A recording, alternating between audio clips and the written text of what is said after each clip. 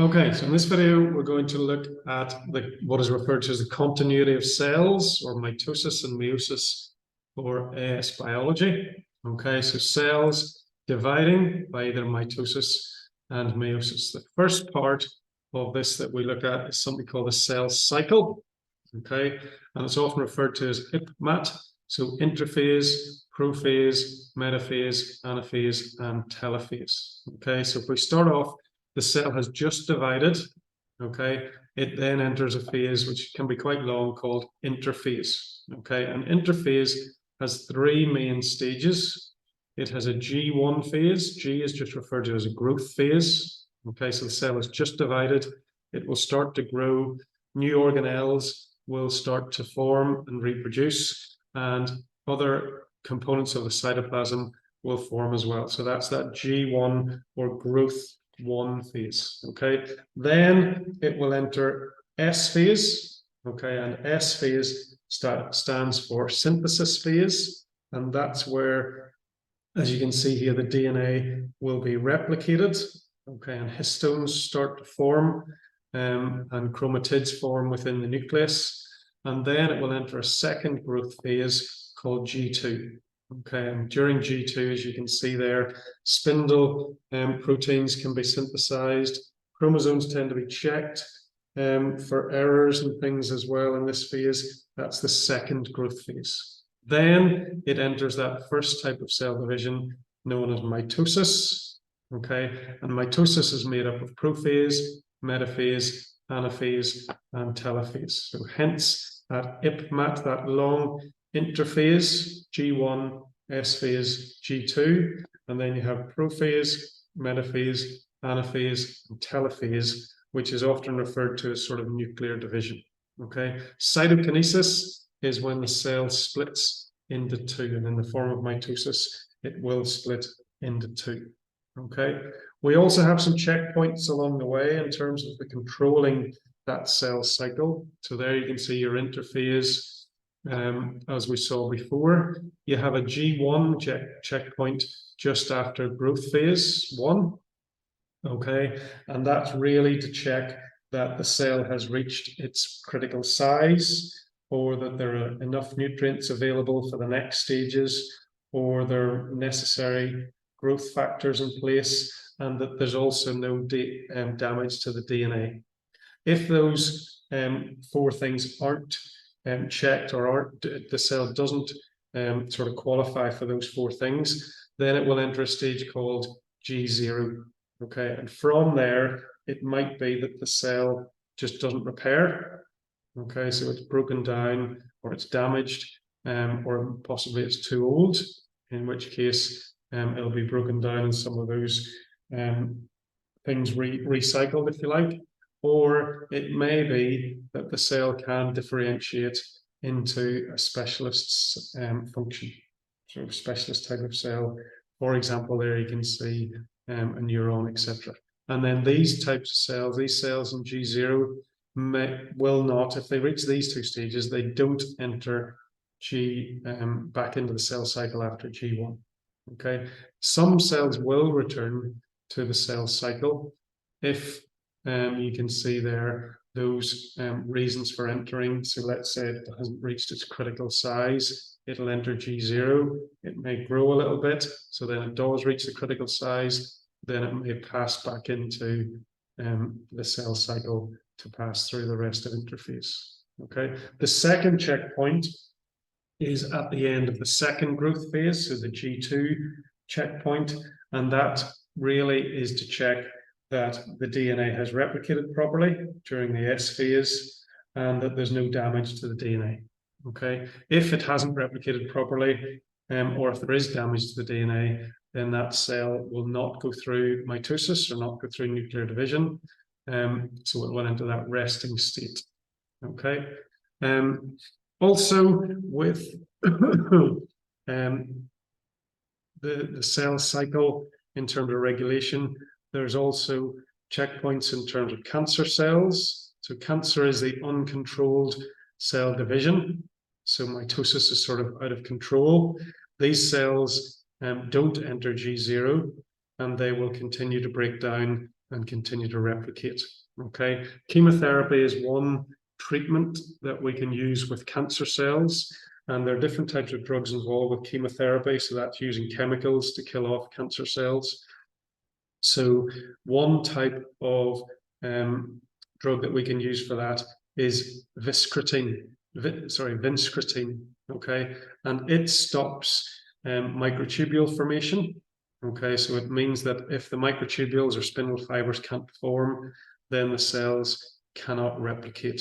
Okay, you also have antimetabolites, for example, fluorosil, which stops DNA synthesis, which is preventing the S phase, and it means that then the cell doesn't get past that S phase. So two different types of drugs there, which are used in chemotherapy to prevent the cell cycle occurring, to sort of stop those cancer cells from replicating.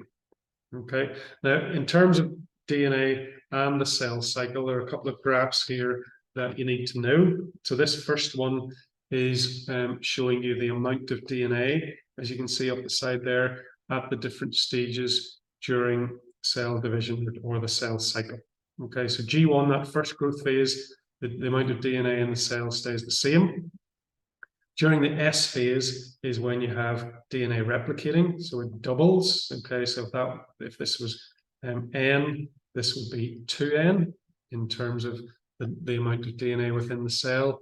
You can see that that remains constant through G2, through prophase, metaphase, anaphase, and telophase of mitosis, through cytokinesis, so the cell splitting, and then at the end of that, when the cell splits into two, then it goes back down to that what you started with at G1, and then this would enter G1 again and go through the same process. The other type of graph that you need to know is the volume of the cell, so in terms of the size of the cell. So after it is just divided, it will be small. It goes through that growth phase, so replication of organelles, etc., the cell growing larger. You can see that continues through S phase, so that synthesis of DNA or replication. Again, it's growing through the second growth phase, and then it's reached its optimal size for mitosis to occur. So the cell, through mitosis and cytokinesis, stays the same volume or the same size. As the cell then divides, it will become smaller again and be half of its original volume. Okay.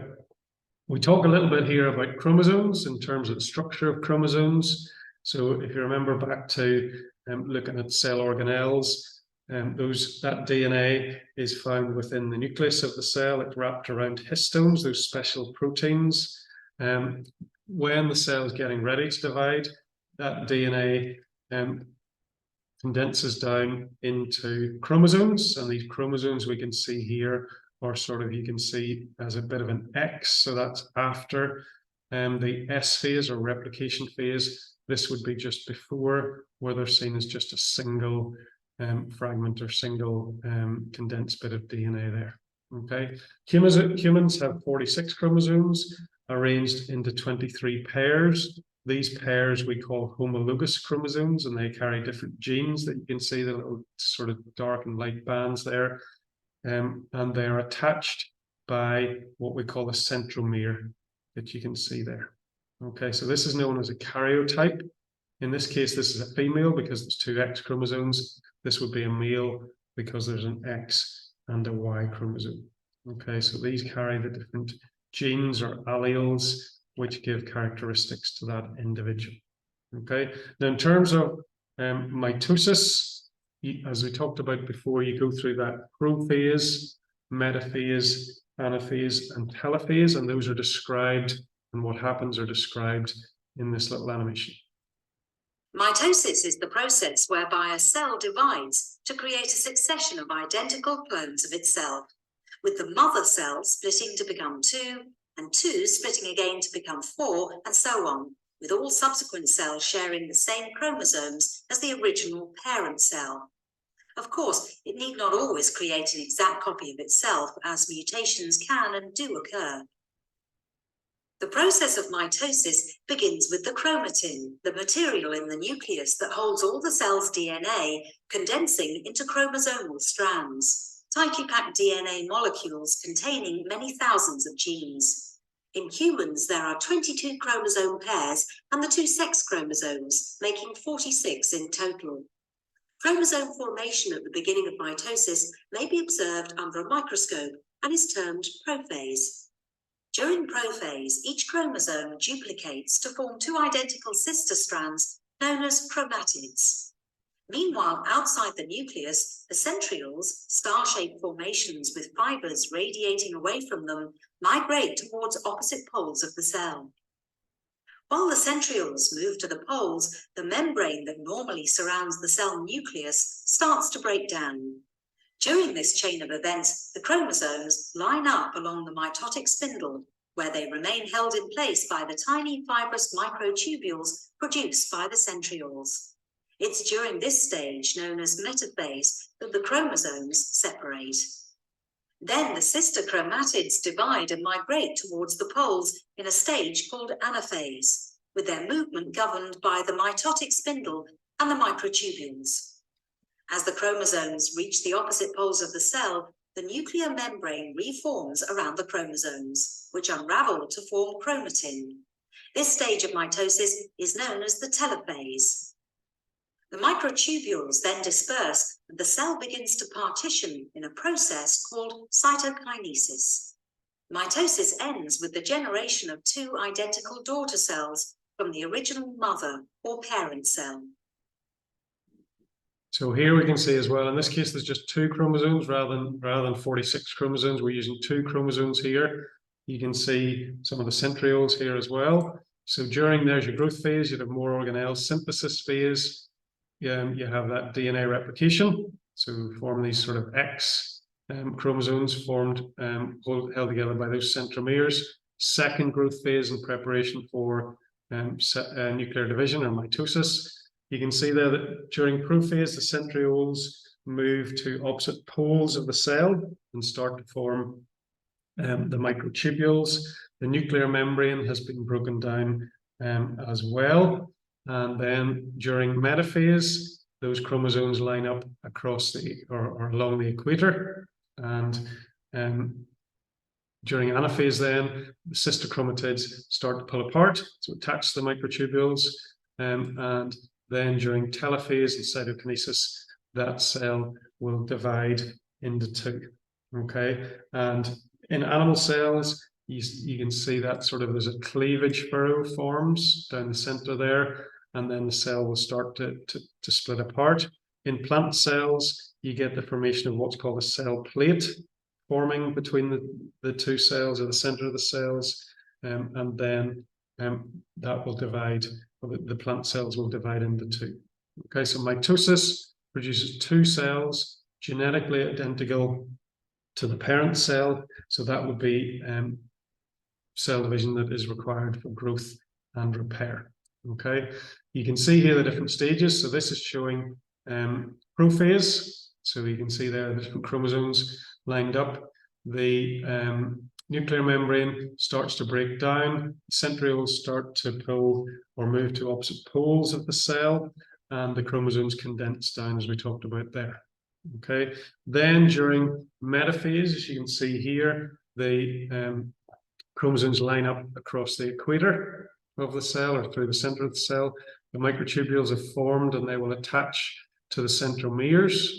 And then the next phase is anaphase, where the chromosomes or the sister chromatids are pulled apart by that contraction of the microtubules. And then you can see here the cleavage furrow forming in the animal cells, and that will eventually split into 2 types of cells. Okay, so mitosis, growth and repair. We can see some cells here undergoing mitosis. So there's your sort of interphase. There's perhaps prophase, chromosomes condensing down, maybe there as well. Then they'll line up across the equator. You can see along here, starting to pull apart, around about possibly there, maybe a little bit there, certainly over here as well. Chromosomes being pulled apart during anaphase. And then telophase, we have the 2 nuclei forming in the cells, dividing or splitting into 2. You can see a little bit here as well, examples of that. Okay, the next type of cell division is meiosis, and meiosis is used to produce gametes or sex cells, so egg and sperm, and that involves what we call a reduction division. So you're going from 46 chromosomes in the case of humans down to 23 chromosomes, okay, and this will take place in the reproductive organs, so the testes and ovaries.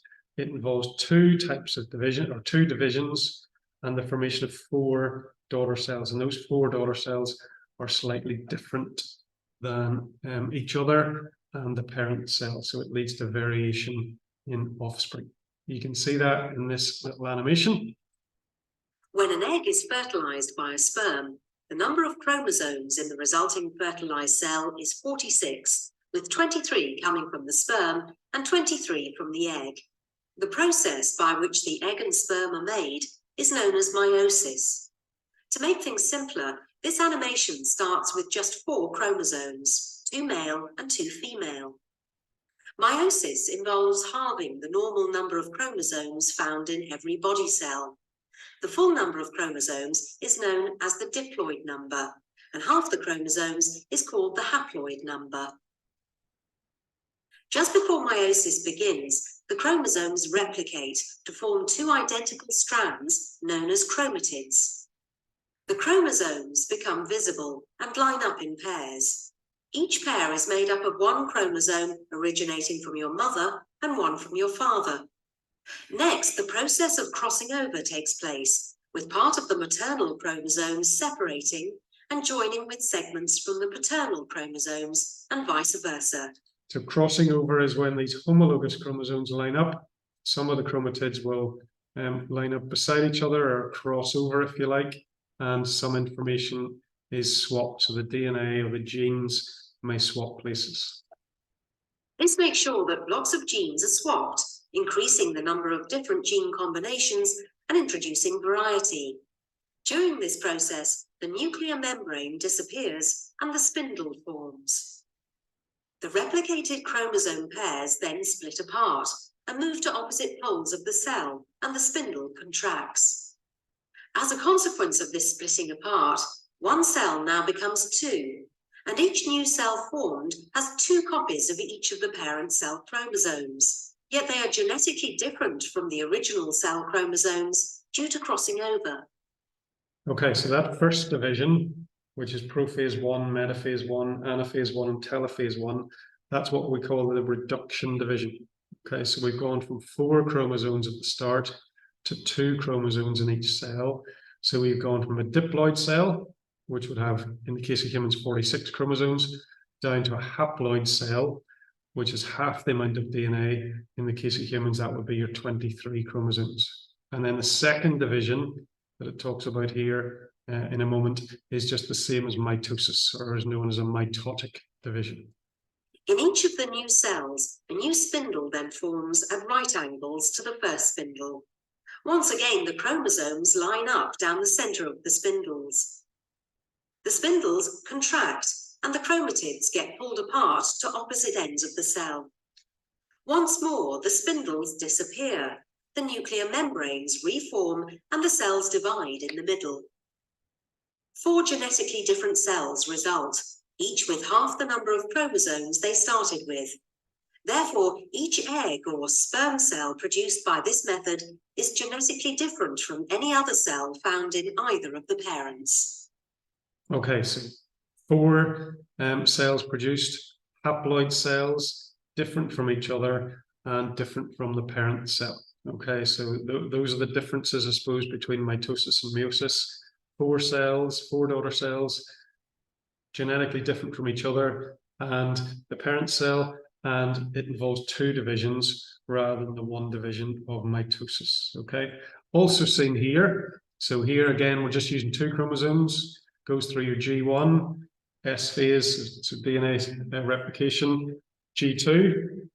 Then we go through prophase 1. So again, your spindle fibers form from the centrioles at opposite poles. Nuclear membrane breaks down, and in this case, you have the homologous chromosomes, or the bivalents, as we sometimes call them, line up together in pairs. Okay, this is when crossing over and independent assortment can occur, as we'll talk a little bit more in a moment. So you get DNA being swapped between the sister chromatids. Then you get metaphase 1. You can see there they're lined up in pairs across the equator. In the case of humans here, you have 23 pairs lined up across the equator. And then anaphase 1, chromosomes you can see here are pulled apart. Okay, so we've gone down to then telophase, where that's the reduction divisions we talked about. So we've gone from a cell with 2 chromosomes to 2 cells which are haploid with 1 chromosome. So in humans, that will be 46 down to 23. The second division then is the same as mitosis. So you'd have the chromosomes line up 23 just along the equator, attached to the, just to go back there, there's your, oops, there's, let's go through that again. So there we have prophase 1, prophase 1, anaphase 1. There we have now get into prophase 2. Then you have again going into line up across, along the equator of the cell. Metaphase 2, then your anaphase 2, the chromatids are pulled apart, and then moving to telophase 2 and cytokinesis. So we have 4 cells produced, each genetically different from each other, and the parent cell, and it goes through 2 divisions. Okay, now in terms of independent assortment, we talk about and crossing over. I think this one's looking at crossing over here. You can see during prophase 1, this is called a chiasmata forms between the sister chromatids. So these are bivalents or homologous pairs. So during prophase 1, when they line up in their pairs or join up in their pairs, you might have DNA forming, or DNA swapping places, if you like, which is what we call crossing over. Okay. Also seen in this little animation, or this little diagram here, there's your bivalent, so your homologous pairs, chiasmata forming, DNA swaps places. Okay, and there's, you might have genes within the DNA swapping places that you can see there. So these genes have swapped, and then that leads to variation when it comes to whether they go into the sperm or the egg, and how that sperm fertilizes a separate egg, forming or causing variation. Also, you can see there no crossing over. You'd have 2 different types. With crossing over, 4 different types, so genetically different from each other. Okay. Also, you have what we call independent assortment, which is shown here. We can use a diploid cell with just 2 pairs of chromosomes to illustrate a genetics concept called independent assortment. We will track the movement during meiosis of the cell's 2 pairs of homologous chromosomes. Before meiosis begins, the cell synthesizes new DNA and thereby replicates each chromosome. Early in meiosis, the pairs associate. Note that the chromosomes in a pair are not quite identical. In one pair, for example, one chromosome carries a recessive allele of a gene, such as a little s, and the other carries a dominant allele, such as a big S. The 2 pairs line up at the cell's midplane during metaphase 1 and may adopt one of 2 alternative alignments. The alignments provide the basis for independent assortment. The cell may adopt alignment 1, in which the little s and the big Y alleles end up in the same daughter cell. Or the cell may adopt alignment 2, in which the little s and big Y alleles end up in separate daughter cells.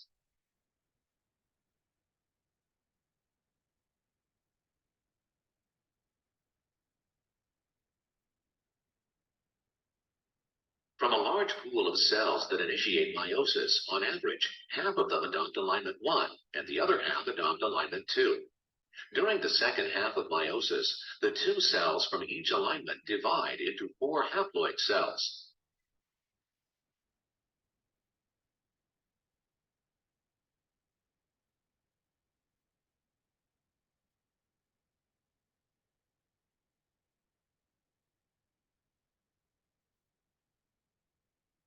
The result is an equal number of the possible genotypes. Little s, big Y. Big S, little y. Little s, little y. And big S, big Y. Because there are equal numbers of genotypes, we can say that the alleles of the S and Y genes assort independently during meiosis. Note that alleles of different genes always sort independently if the genes reside on different chromosomes, but not necessarily if they reside on the same chromosome. Okay, so independent assortment is just how the chromosomes will line up during anaphase 1. Okay, so you can see some differences here. So it may be that, let's say you have a red and a blue. So the red being, let's say, from the person's father, blue being from the person's mother. So you have, we're using 3 types of chromosome, or 3 different chromosomes here, 3 different bivalents or homologous pairs.